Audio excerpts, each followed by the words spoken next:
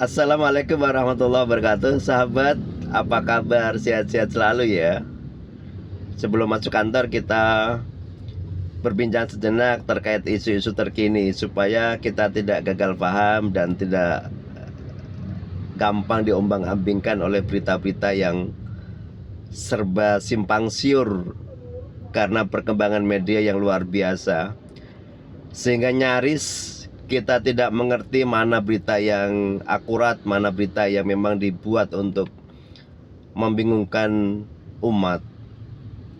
Tapi setidaknya dengan kita menelaah, mencoba meng-cross check silang, mudah-mudahan kebenaran itu selalu bisa kita dapatkan. Isu terkini, sahabat semua, di antara isu-isu yang masih sangat klasik bagi bangsa kita adalah isu manipulasi, korupsi, dan sejenisnya yang merugikan kita semua. Terakhir, Mentan Amran membuka satu kotak Pandora terkait dengan distribusi beras. Ternyata ada beras-beras yang semestinya diperuntukkan buat rakyat miskin karena disubsidi, ternyata oleh pengusaha rakus dikemas sedemikian rupa sehingga menjadi beras premium. Nah, Presiden Prabowo dalam beberapa kali kesempatan, termasuk dalam sambutan dia di Harlah PKB tadi malam, dia mengatakan bahwa potensi kerugian dari sektor beras saja satu tahun itu mencapai 100 triliun.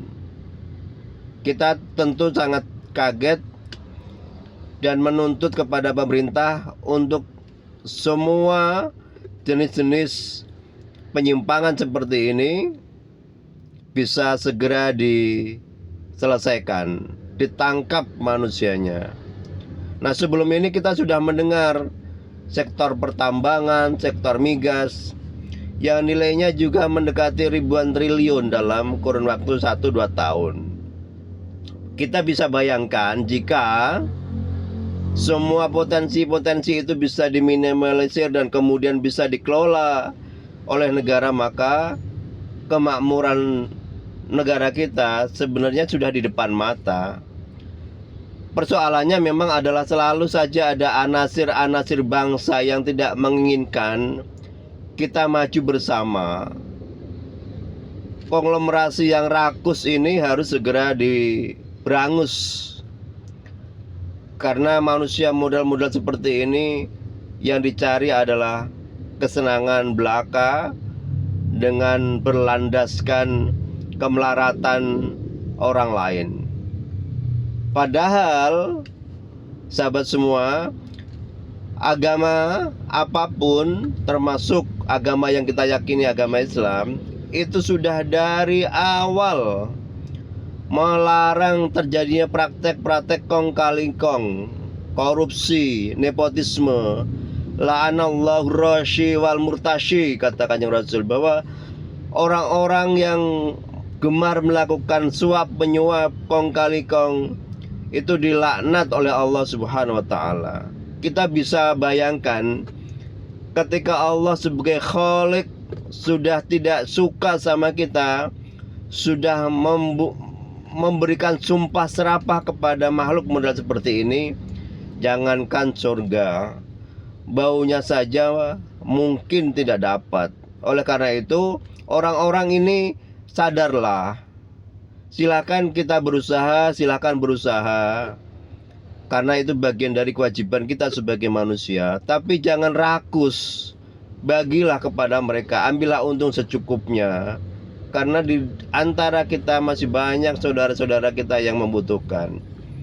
Yang kedua, sahabat semua,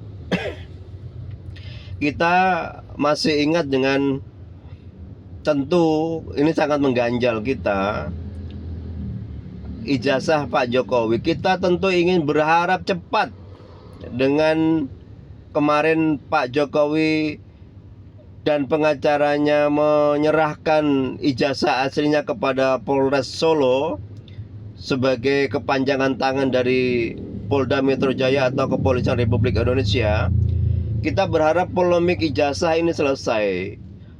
Orang-orang seperti Pak Roy Suryo dan lain-lain itu, kalau memang dia salah, segeralah diselesaikan apa kesalahannya, sehingga tidak bikin gaduh. Hanya persoalan ijazah tidak menyangkut perut, padahal kita hari ini butuh perut, prioritas itu. Ribut ijazah nggak selesai-selesai, hanya 4-5 orang ini.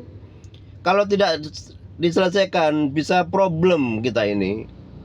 Bisa perpecahan terjadi, ketidakpastian hukum terjadi. Kan tentu kita tidak menginginkan. Oleh karena itu, Pak Presiden, Pak Kapolri, segeralah ambil tindakan cepat terhadap kasus-kasus model seperti ini yang berpotensi merongrong kewibawaan negara.